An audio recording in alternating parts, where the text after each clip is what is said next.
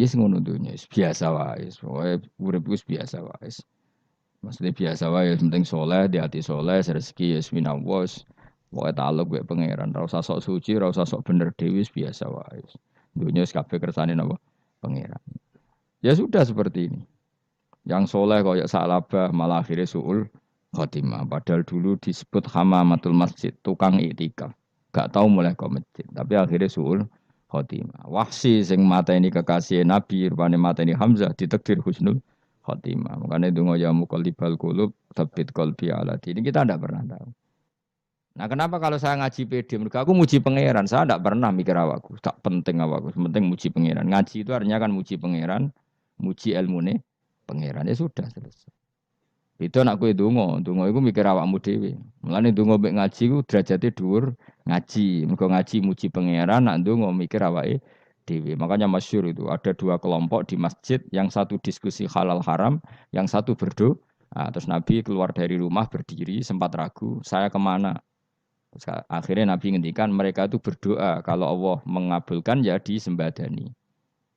Tapi mereka belajar halal haram. Itu perintahnya Allah, saya sebagai nabi.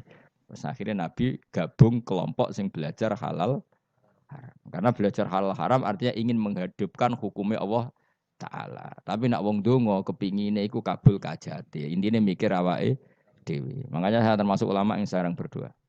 Tapi ya berdoa tapi kadang-kadang. Nah, kowe kan gak kontribusi ning agama rapati ya tapi dongo. Oh, dasar murahan. Ya tapi piye mulang ya ora payu. Jadi kadang-kadang kula dibantah. Lah jenengan mulangi payu Gus. Lah kula ora payu, donga-donga ngono. Ya tapi aku ngerti pangeran ra bakal nyembadani barno ora Gus. Pangeran ya paling ya sedikit sithik ngono cukup. Kula termasuk orang yang enggak setuju ya kalau orang sholawatan terus berlebihan tapi khidmah ini Nabi kurang. Maksudnya gini loh, sholawatan berlebihan ya. Redaksi sholawat tentang Nabi itu kecil. Bukan sholawat jumlahnya enggak. Redaksi tentang Nabi itu kecil. Sementara tentang keinginannya itu saya tidak suka. Saya suka sholawatan itu ya yang nyifati Nabi banyak.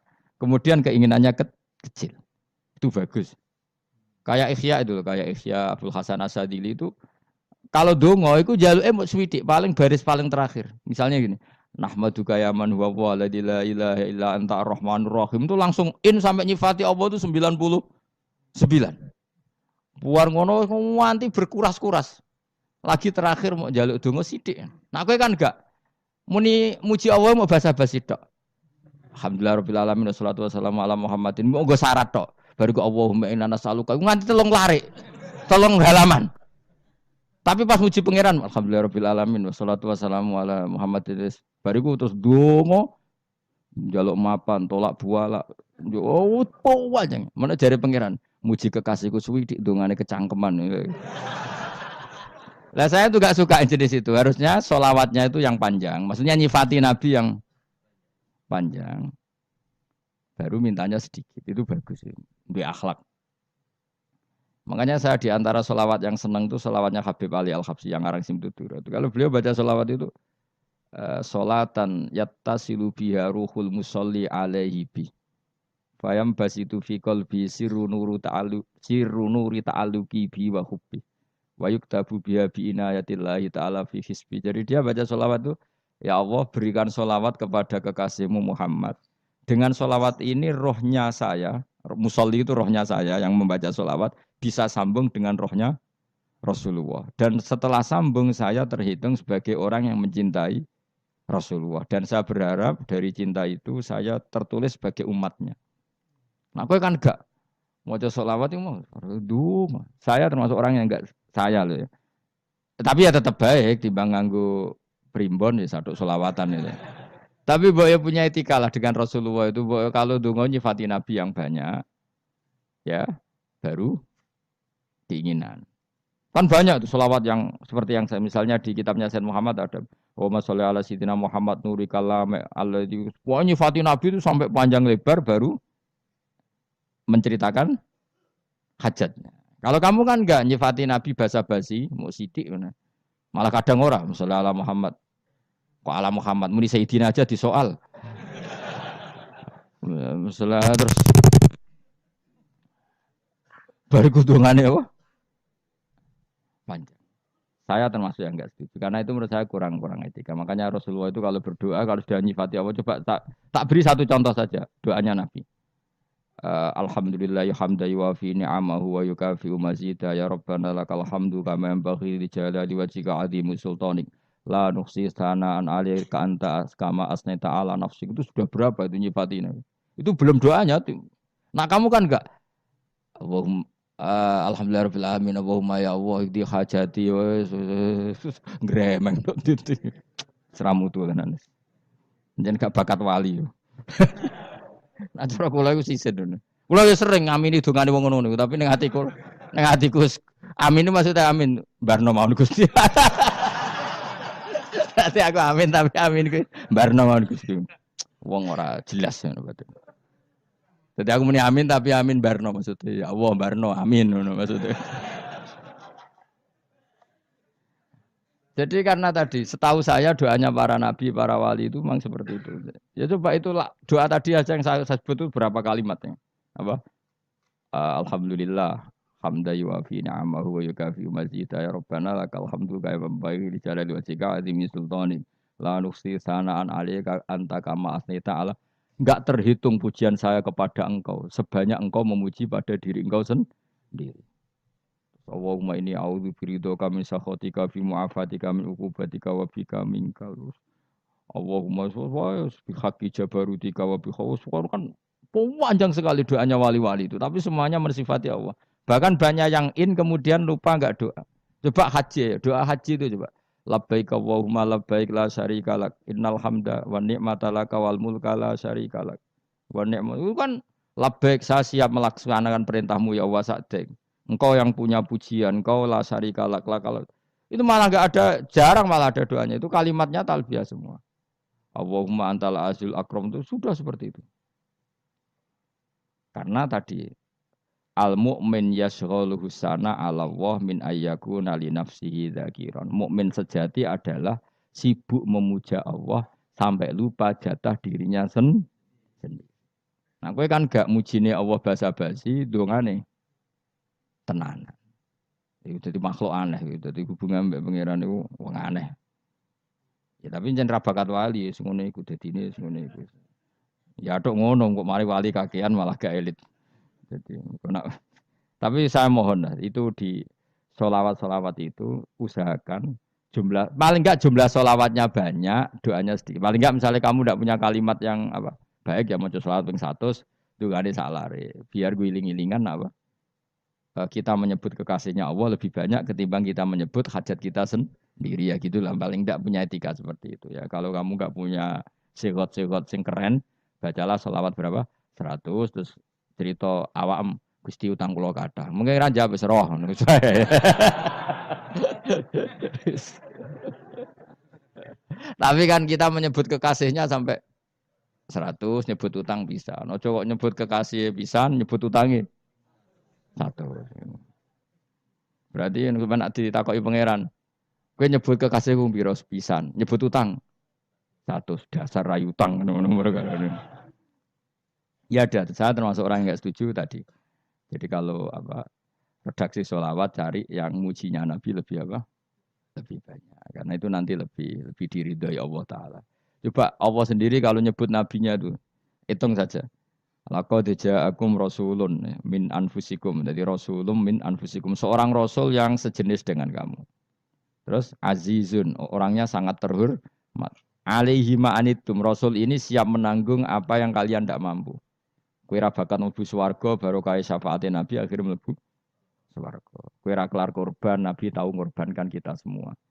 Dokha Rasulullah bikabsaini terus hada an ahli wa hada amman lam yudokhi min mati. Jenenge alihima anittum. Nabi menanggung apa yang kalian berat. Azizun Nabi itu ali terus harisun alaikum. Nabi sangat berkomitmen menyelamatkan kalian.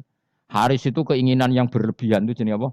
Haris, kiai kuno namanya ini ngungseng, keinginan yang over. Nabi itu sangat berkeinginan kita ini maslahat. Terus bil mukminina raufur. Allah yang zat yang super saja, kalau nyebut nabinya nyifati sebanyak itu. Ada ayat lagi misalnya, Rabbana wab'ats fihim rasulam minhum yatlu alaihim ayatika. Muhammad itu siapa? Seorang rasul yang membacakan ayat-ayat Allah.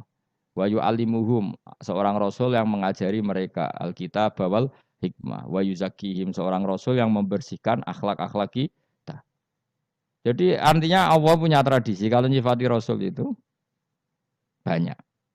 Juga nyifati orang-orang sekeliling rasul. Makanya menurut saya madzhab Syiah itu enggak pas. Karena Allah kalau nyifati Rasulullah itu jika nyifati orang-orang di sekeliling Rasulullah. Dan itu dengan pujian. Yaitu Muhammadur Rasulullah walladzina ma'ahu asyidda walal kufar ruhama'u bainahum tarahum ruk'an sujada yabtawuna fadlan minallahi warid wa nasimahum fi wujuhim min atharis sujud. Itu kan panjang sekali. Dan orang-orang sekeliling Muhammad adalah begini. Kayak apa Allah muji para ashabu Rasulillah? Masa kita ikut kelompok yang menghina ashabnya apa? Rasulillah. Makanya kita tetap madzhab ahli sunnah apa? Wal jamaah, yaitu mencintai semua sahabat. Karena Allah saja yang Tuhan mensifatinya dengan sehormat itu. Mensifati apa? Ashabu Rasulillah. Disifati orang-orang yang saling kasih sayang sama orang mukmin. Tarahum ruka'an, sujud dan komitmen hidupnya untuk rukuk dan sujud. Si mahum fi wujuhim min asari sujud. Sudah asari sujud tidak usah diterjemah, nanti sensitif. Cuma setahu saya asar sujud itu nanti setelah di akhirat orang sering sujud itu jabahnya itu ada nurnya. Tapi kalau ada yang nafsirkan asari sujud itu warna tertentu ya semboy. Itu sensitif. Yang jelas asari sujud itu ya sudah seperti itu. Seneng kamu kok hasut. Kowe nyen provokator, nak ono apa ya? Ada hal yang begitu terus mau berlebihan. Uteke yakhisimun. Nah, kula ora ada kepentingan pokoknya ayat si mahum fi wujuhim min athari sujud, bahwa dalam jabahnya itu ada asaris sujud. Itu masyhur kan, saya terangkan ya, tapi kowe aja sensitif loh, biasa wae. Suatu saat Rasulullah itu ngendikan begini, nanti saya kata Nabi akan nyafaati kalian semua. Sahabat-sahabat tanya, ya Rasulullah dengan sekian miliar orang bagaimana kamu mengenali kita? Saya ulang lagi, suatu saat saya nanti akan nyafaati kalian, karena saya kenal kalian. Maksudnya di akhirat. Ya apa? Di akhirat. Terus sahabat tanya, ya Rasulullah bagaimana engkau mengenali kita sementara nanti di akhirat bermiliar-miliar orang gitu. Terus Nabi ngendikan gini, jika kamu punya unta dengan tanda tertentu, saya ulang lagi, jika kamu punya unta punya tanda tertentu, dalam jidatnya ada begini, dalam tangannya ada gini, dalam kakinya ada gini. Maka apa kamu bisa membedakan untamu dengan unta orang lain? Ya bisa ya Rasulullah, karena unta kita khas. Misalnya kaki depannya ada putihnya, kaki belakangnya ada putihnya, dalam baduknya ada putihnya. Kata Nabi, inna ummati yud'auna yaumal qiyamati hurran muhajjalin min asaril wudu. Nanti umatku, nanti wajahnya juga bersinar. Tangan kakinya juga bersinar. Jadi asar itu saya pastikan secara riwayat itu akhirat, maksudnya tentang akhirat. Tapi bahwa yang di dunia ada yang memulai asar itu nggih monggo mawon. Loh itu bagus kan, artinya ekspresi percepatan. Ndak apa-apa loh, daripada kok kowe ra jelas ngene iki. Maksudnya ya orang ngetok ya pancen jarang sujud tenan. Wis ora usah sensitif, tapi yang jelas ya nanti. Ya sebenarnya kiamat ruang samu. Nanti hisab itu nanti kalau hitung hanya sekitar 3 jam. Hisabnya sak dunia itu hanya sekitar. Karena malaikat itu tidak kesulitan sama sekali. Tak warai ya. Ini enggak akan salah saya dalam hal ini karena riwayatnya sahihah. Kenapa hisab itu hanya butuh rubu'un nahar, seperempat dari siang enggak. Anggap saja siang itu 6 jam atau 12 jam itu aja terserah. Kalau 12 paruhnya kan 6 ya. Seperti seperempatnya berarti 3. Itu gini, jadi nanti di mahsyar, itu kan yauma tabyaddu wujuh wa taswaddu wujuh. Yaudah yang kafir itu kelap, hilang. Wajahnya, tubuhnya semuanya gelap. Yang mukmin itu semuanya terang. Jadi sudah, yang tabyaddu wujuh wa taswaddu wujuh otomatis. Terus nyingkap. Terus pergerakannya itu, delalah yang tabyaddu wujuh itu ke kanan. Yang taswaddu wujuh ke kiri. Maka kamu jangan punya sinar yang kelap-kelip. Nanti kena bego yang karena nggak jelas tadi. Maka kamu harus sinarnya yang sejelas-jelasnya. Ghurran muhajjalin min asaril.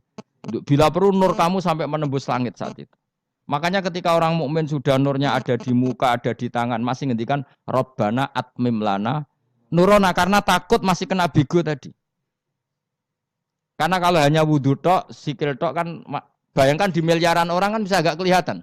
Tapi kalau nurnya sampai nembus langit kan itu siapa kok nurnya sampai kan malaikat langsung tahu. Lane hafal Quran, alim kan insya Allah nurnya itu. Sama zaman itu masih berdoa, Rabbana atmim lana sempurnakan nur kami. Karena nanti identifikasi malaikat berdasar tadi. Kalau ada nur berarti diletakkan ashabal yamin. Kalau nggak ada nur, ashabal shimal.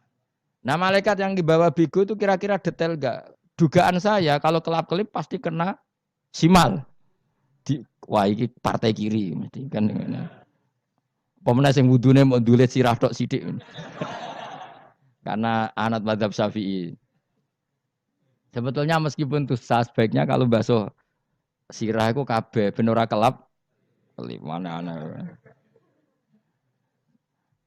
aneh pepesan terus dulat-dulit tok. Iku sok ben ya itu kelap kelip. Ya sudah ya. Setelah itu kata ngendikane pangeran yu'raful mujrimuna bisimahum fayukhadu bin nawasi wal aqdam. Orang-orang pendosa kelihatan maka diletakkan di kiri. Nah sama yang orang-orang baik simahum fi wujuhim min asari sujud. Jadi ayat itu jelas tentang akhirat. Tapi kira usah terus provokasi. Seneng kamu kok ya khisimun. Maksudnya provokator. Jadi nanti yang mukmin jelas nurnya. Lah nur ini nanti dengan kadar iman kamu, perilaku kamu. Ada yang kelap-kelip, ada yang. Nah, yang kelap-kelip ini orang kena bigo itu tadi. Nanti setelah kena bigo ikut ashabis simal, yang kelap-kelip disortir lagi malaikat yang bagian detail kan ada nanti. Nah, ini terus ditubir neraka. Yang kafir benar-benar neraka, yang ini ditubir neraka. Nah, itu nanti ini yang ngel-ngelo Kanjeng Nabi digoleki ya ini itu.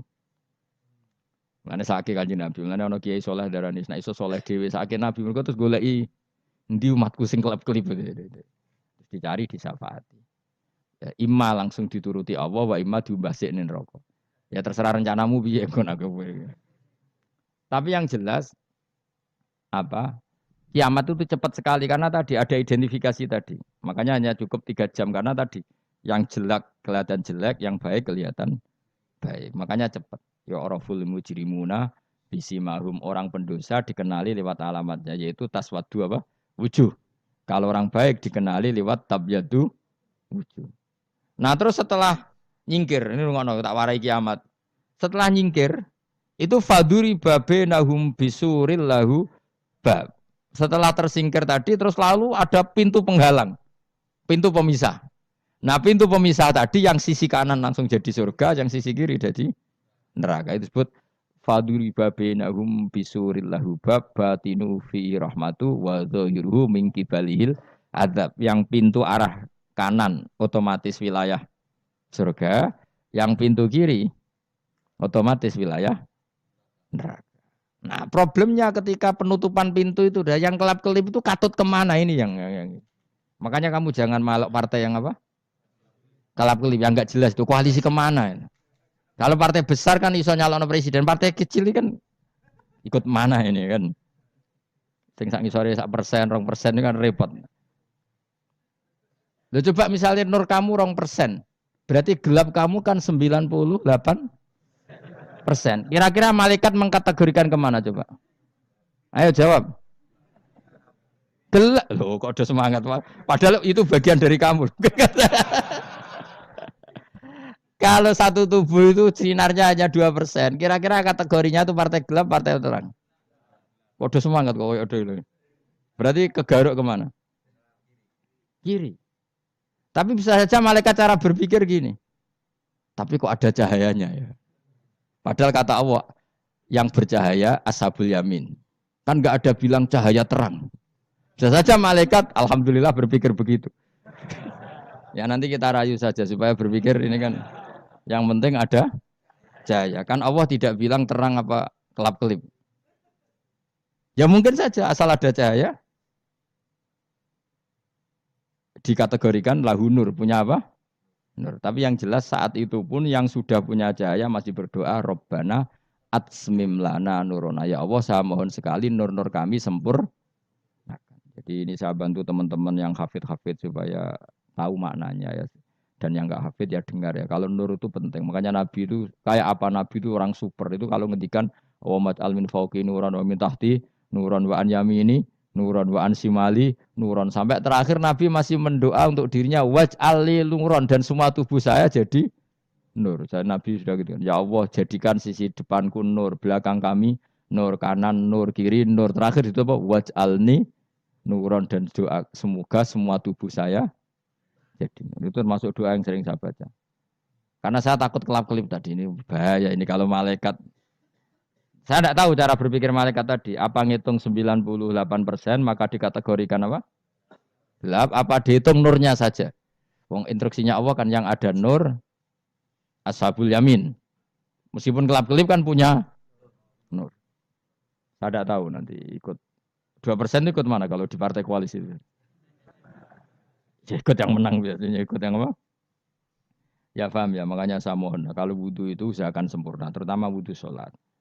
Kalau nggak wudhu sholat itu sebaiknya nggak sempurna, supaya ada bedanya wudhu sholat sama wudhu tidak sholat. Rasulullah itu masyhur gitu ya. Rasulullah itu kadang tawaddu'a wudhu'an khafifan, wudhu yang sederhana, yaitu hanya sekali-sekali dan tidak sempurna.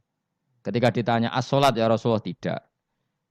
Misalnya saya habis makan, mau tidur, biasanya ya wudhu, tapi tentu tidak perlu sesempurna kayak wudhu sholat biar ada bedanya. Rasulullah juga gitu. Beberapa kali beliau wudhu, tapi tidak sesempurna wudhunya untuk sholat. Masyhur itu di riwayat itu. Tawaddu'a wudhu'an khafifan.